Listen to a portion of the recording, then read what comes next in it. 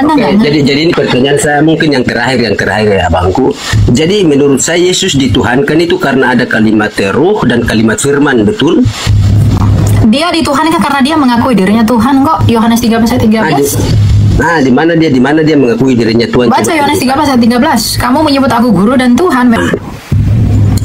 Jadi begini, abang.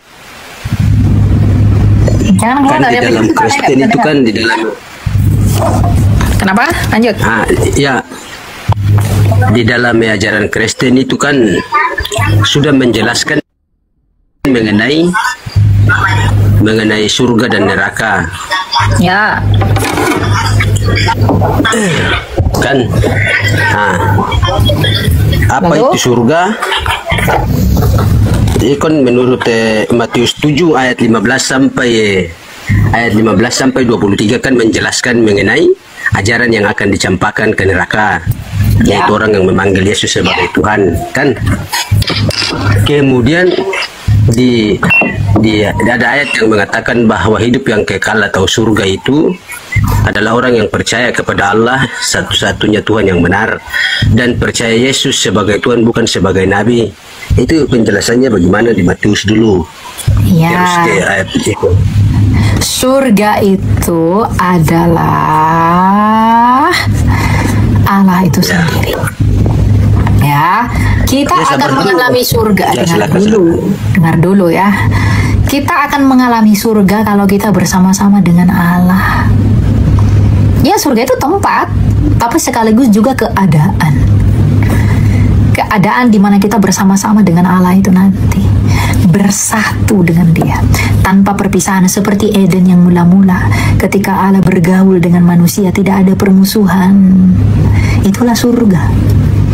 Tapi neraka itu adalah perpisahan dengan Allah yang membuat kita tersiksa ketika kita tidak bersama-sama dengan Allah. Itulah neraka itu. Nah, orang-orang yang menolak Yesus adalah orang-orang, dengar dulu Pak. Bapak sabar atau enggak? Silakan. Orang-orang yang menolak Yesus ini, maka mereka tidak berdamai dengan Allah. Maka ketika mereka tidak berdamai dengan Allah, mereka terpisah dari Allah untuk selama-lamanya. Nah, itulah neraka itu. Gitu, ya. Begini ya bangku, itu kan menurut abang, tetapi menurut Matius bahwa ajaran nabi palsu itu bagaikan pohon yang tak berbuah yang akan ditebang dan dicampakkan ke dalam api, yaitu orang yang memanggil Yesus sebagai Tuhan. Nah, itu akan dicampakkan karena itu menurut Yesus adalah perbuatan Matius berapa? Matius berapa? Oke, Matius 7 ayat 15 sampai 23. Itu Coba baca tentang terus, orang-orang, gini Pak. Itu tentang orang-orang yang memanggil Yesus Tuhan tetapi tidak melakukan apa yang Yesus mau. Matius 7 kita baca ya. Jadi bukan yang menuhankan Yesus. Thomas menuhankan Yesus, tapi apakah Yesus bilang ketika Thomas berkata, "Ya Tuhanku dan Allahku," apakah Yesus bilang, "Kamu akan ke neraka loh"? Enggak. Jadi nggak gitu artinya Pak. Baca Alkitab tuh jangan seperti baca Quran, nggak boleh. Kita baca ya Matius 7 ya. Jadi jangan baca Alkitab kayak baca Quran, nggak boleh Pak. Nah kita baca ya. Nih mulai ayat 15 ya. Waspadalah terhadap nabi-nabi palsu yang datang kepadamu dengan menyamar sebagai domba. Ya.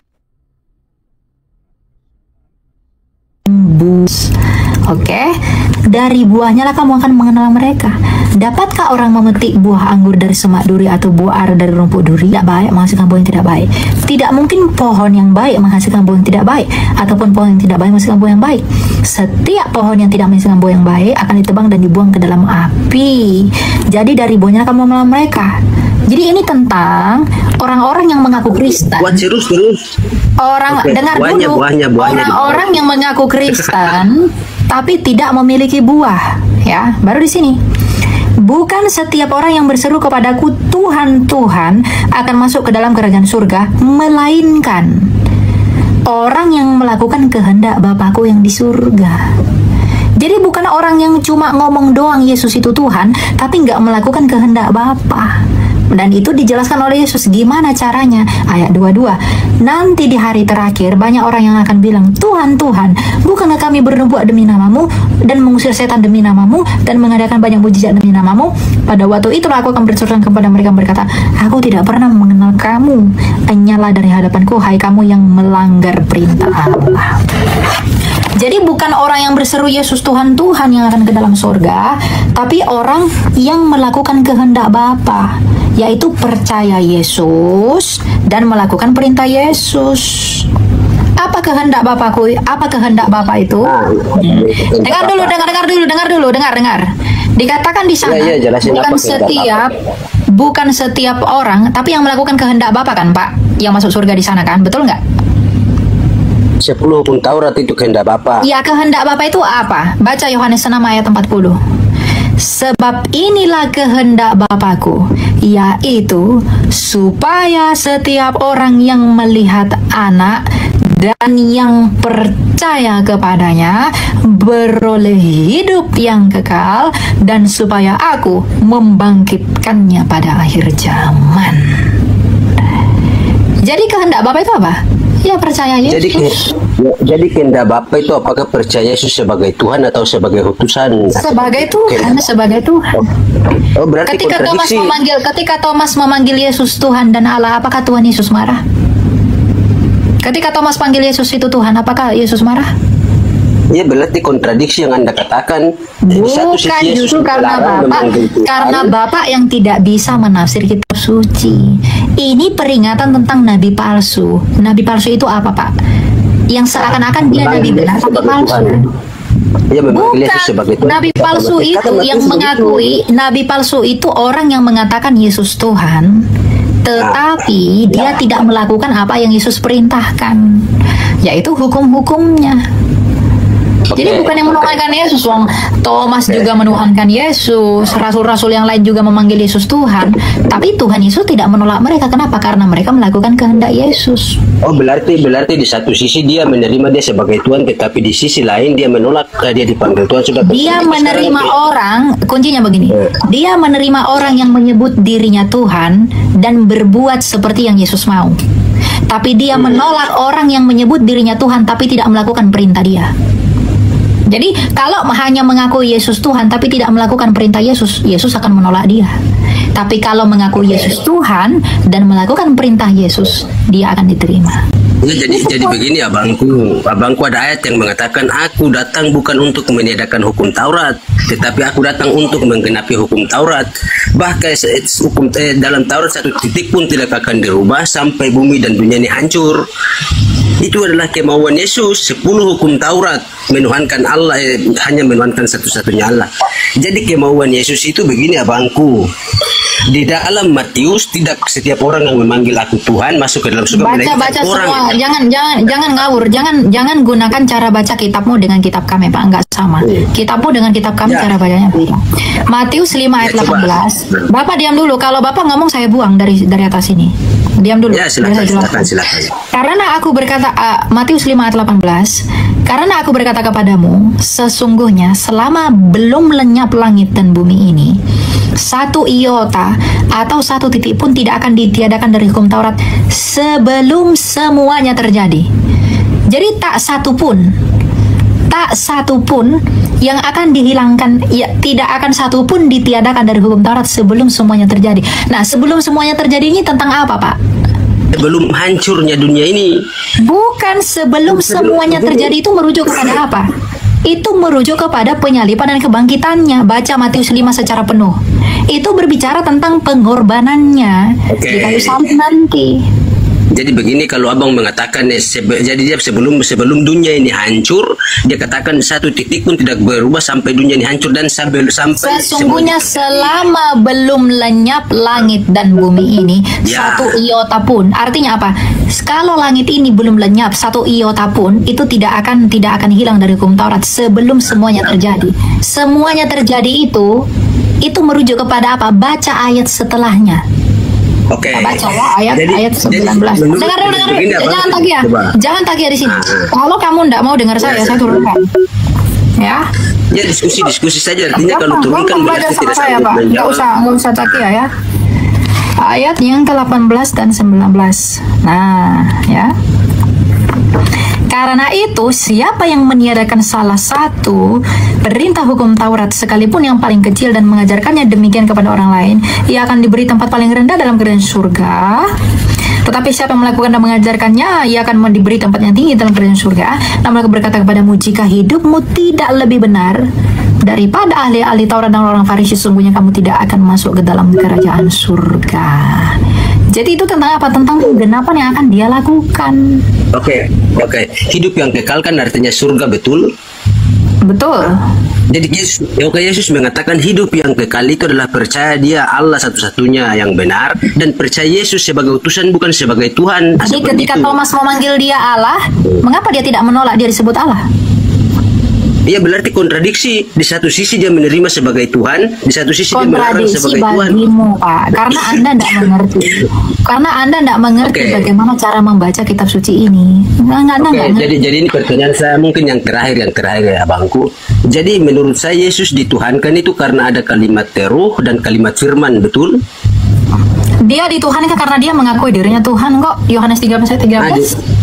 Nah, di mana dia mengakui dirinya Tuhan? Baca Yohanes 13:13. Kamu menyebut aku guru dan Tuhan, memang benar aku adalah guru dan Tuhan. Oke, di situ terjadi kontradiksi antara Tuhan atau Tuhan. Kita lihat bahasa Yunaninya apa di sana? Bahasa Yunaninya cuma satu. Ya, coba jelaskan. Oke. Bahasa Yunaninya di sana Kyrie. Kyrie itu artinya apa? Ya. Kyrie eleison itu artinya apa? Nah, Kyrie eleison itu artinya apa? Artikan. Ya, jangan tanya saya tanya kamu, kan kamu yang gugat saya. Jadi kalau Bapak enggak tahu, kalau Bapak enggak tahu jangan sok-sokan menggugat. Gitu loh. Nah, saya sekarang Bapak bilang itu artinya Tuhan dan Tuhan itu berbeda. Sekarang tunjukkan sama saya bahasa asli Yunaninya itu apa? Apa isi dari bahasa asli? Ya, kalau bahasa Yunani aslinya memang Tuhan, tetapi ya dalam udah, Bible 100% Yesus mengakui dia sebagai Tuhan. Gak usah banyak cerita. Kalau di sana ya udah kamu mengakui dia Tuhan, kamu tinggal baptis aja, Pak. Berarti kita Bible. Berarti begini, artinya saya siap dibaptis, yang penting jangan ada kontradiksi di dalam Bible. Contohnya, ada. Lebih banyak kontradiksi di dalam kitabmu, Pak. Lebih banyak kontradiksi dalam kitab Bapak. Kalau masalah saya bertanya satu lagi, itu kontradiksi. Enggak, coba saya tanya sama Bapak. Bapak Islam kan? Betul kan? Dulu artinya saya kalau masalah kontradiksi, saya bisa menunjukkan kitabmu lebih banyak kontradiksi. Ya, sabar dulu, artinya ini kan berbicara. Coba jawab satu hal yang saya ajukan, siapa saksi kenabian dari nabimu? Kenapa kamu percaya dia? Jadi saksi kenabian dari nabi kami adalah banyak. Siapa yang menabiskan nabimu menjadi nabi? Satu orang aja. Ya, siapa saksinya? Saya pun bisa mengaku saya nabi, tapi ada nggak saksinya? Nah, nabimu dianggap jadi nabi. Abu Bakar itu dari suku apa? Ya, kalau Abu Bakar itu kalau lihat di Google itu dari suku apa? Artinya pertanyaan ini kan diskusi masalah lintas agama. Iya, makanya saya tanya Bapak gini loh. Bapak dari tadi gini, Bapak berani tanya, Bapak berani menanya, maka Bapak harus berani ditanya. Ya, sekarang saya tanya, yang menabiskan nabimu itu siapa dan saksinya dari suku apa? Oke. Jadi banyak saksi para sahabat itu, banyak ada Khalid. Ya, dari suku apa? Ya, itu dari sejarah kan banyak, di Google yang aja itu kan sudah. Ya, coba kasih tahu ke saya dari suku apa. Ya, artinya itu kan bukan kontradiksi. Dari banyak sejarawan ini yang mau saya tunjukkan. Justru ini yang mau saya tunjukkan. Makanya saya tanya Bapak, dia dari suku apa? Atau enggak deh, gini deh, nabimu dari suku apa? Nabiku itu dari Bani Hashim. Oke, terus nah tuh saksi-saksinya dari suku apa? Ya, saksi-saksi kan pada saat itu banyak suku, ada yang dari Roma, yaitu yang dari Roma siapa, Pak? Mau saya penasaran, yang dari Roma siapa? Arum, pokoknya para sahabat yang marganya Arumi. Arumi itu nama Arab atau nama Latin? Arumi itu nama Arab atau nama Latin? Buktinya apa? Buktinya dulu deh. Buktinya dulu. Mana? Nah, begini, jadi ada kan surat Ar-Rum, yaitu surat Romawi, Ar-Rum. Iya, Arum. Oke, Arum itu nama Arab atau nama Roma atau nama Latin? Karena saya tanya itu sukunya apa, bukan nama surahnya kitabmu, bukan itu yang saya tanya. Bapak pun udah lari-lari. Nah, makanya oke, makanya itu jawab dulu. Dari suku apa saksi nabimu itu ketika menerima? Apa kamu percaya kepada dia? Siapa yang menjadi saksi dia nabi? Saya hanya tuntut satu loh. Saya hanya tuntut satu. Sebutkan siapa saksi nabimu menjadi nabi. Satu aja. Ketika dia dicekik, begini. Ketika dia dicekik, siapa yang menjadi bukti dia dicekik? Dia kan dikatakan di gua, lalu dicekik. Lalu siapa yang menjadi bukti dia dicekik? Siapa saksi dia dicekik? Jadi gimana? Jadi menjadi saksi itu kan Jibril, malaikat Jibril, sebagaimana malaikat Gabriel datang kepada Maryam, itu kan tidak saksi, cuma terdapat ya, tapi Gabriel ketika bertemu Maria, gini. Ketika Gabriel menemui Maria, dia tidak pernah dicekik. Kenapa nabimu dicekik? Enggak dipeluk. Artinya begini, apa? Dia dicekik loh. Saya bisa tunjukin loh datanya loh. Dia dicekik loh. Ya, walaupun jangan bilang dipeluk. Walaupun abang bisa menunjukkan pendapat, tetapi itu ada pendapat lain yang membantah itu. Masalahnya gini Pak, Bapak itu suka bohong. Kenapa? Saya bilang itu dia udah jelas-jelas dicekik, tapi Bapak bilang dipeluk. Apakah Bapak dibolehkan berbohong untuk membela imanmu? Boleh nggak bohong? Ya, artinya di dalam Filipi, artinya ayat yang dibangun dengan dusta cuma Bibel. Paulus mengatakan di Filipi walaupun dengan makanya saya tanya, yang dibangun dengan dusta itu ayat Alkitab kami bisa dibuktikan dengan sejarah. Masalahnya punyamu bisa nggak dibuktikan dengan sejarah? Bisa nggak dibuktikan dengan sejarah? Nah, coba tunjukkan satu di dalam gini Pak. Kalau masalah Paulus itu masuk diakui Petrus, dia diakui Barnabas. Nabimu nggak ada yang ngakui Pak. Nggak ada yang ngakui. Siapa yang diakui Barnabas? Petrus mengakui Paulus. Dengan Lukas pergi meninggalkan Lukas mengakui Paulus. Taurat di surat Lukas mengakui Paulus, Barnabas mengakui Paulus, Petrus mengakui Paulus. Nah, sekarang saya tanya, kalau Paulus diakui oleh murid-muridnya Yesus, yang mengakui nabimu siapa? Siapa yang mengakui nabimu? Matius itu kan mengatakan, nggak usah lari-lari. Yang mengakui nabimu, siapa yang mengakui nabimu? Tidak punya saksi. Kalau tidak punya jawaban. Saya tanya dari jalurnya orang Yahudi yang mengakui nabimu siapa. Kalau tidak ada, saya turunkan. Ada atau tidak? Jawab. Iya, silahkan turunkan, tetapi kan begini. Karena memang tidak ada. Itu kan para sahabat, itu kan ribuan sahabat, mereka sebagai saksi bersahadat itu bersaksi. Tapi ketika saya gugat kamu kembali, kamu tidak bisa jawab. Ya, para sahabat yang kamu bilang itu pun sahabat yang Bapak maksud itu pun tidak jelas dari suku apa. Kamu pun nggak bisa jawab dari suku apa. Gitu ya. Artinya itu beda dengan orang-orang, beda dengan murid-murid Yesus. Jelas dia berasal dari suku apa, dari mana dia berasal, dari mana dia datang, itu jelas dia dari suku apa. Ya. Jadi jangan taunya cuma menggugat, tapi tidak tahu tentang apa yang kamu imani gitu loh. Kalau kamu tuduh kami dongeng, punyamu lebih dongeng. Kenapa? Kami punya banyak saksi, kamu tak punya satu saksi pun. Bapak harus harus pas dengan itu. Kami punya banyak saksi, kamu satu saksi pun tak punya. Lalu kamu menggugat kami, kamu menganggap dirimu benar, tapi kamu menyalahkan kami. Di mana inimu? Ya, yang tidak punya saksi kamu percaya, yang punya saksi kamu anggap palsu. Itulah doktrinmu. Jadi kalau kamu bilang kami didoktrin, kalian yang didoktrin, mempercayai sesuatu yang tidak punya saksi. Jadi yang kasihan itu siapa? Saya atau kamu? Kamu Pak. Ya. Kami punya banyak saksi kok. Kami punya banyak literatur. Dan kamu nggak punya satupun. Saya tanya dari tadi siapa muridnya, dari suku mana, Bapak nggak bisa jawab. Malah lari kemana-mana. dari suku apa yang memberikan kesaksian itu siapa gitu loh, sehingga itu benar. Alkitab mengatakan kalau tidak ada 1-2 orang saksi, kesaksian tidak dianggap sah. Lalu kamu mengatakan kami penyempurna, 1 saksi aja nggak punya, bagaimana mungkin sah? Hukum dui ganda saksi tidak dipenuhi, gimana itu bisa sah? Gak mungkin kan? Gitu ya. Kalau Yesus bukan hanya 1-2 saksi, ribuan orang saksi. Paulus, Petrus mengakuinya, Barnabas mengakuinya, Lukas mengakuinya. Bukan hanya 2-3 saksi. Ya?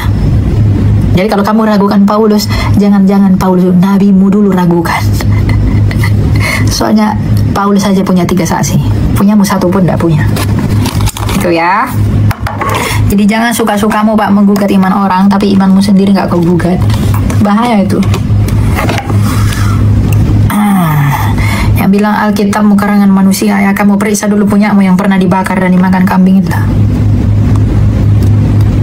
Oke. Jadi hati-hati ya. Jangan asal menuduh. Saya tadi mirroring itu biar dia juga belajar iman dia.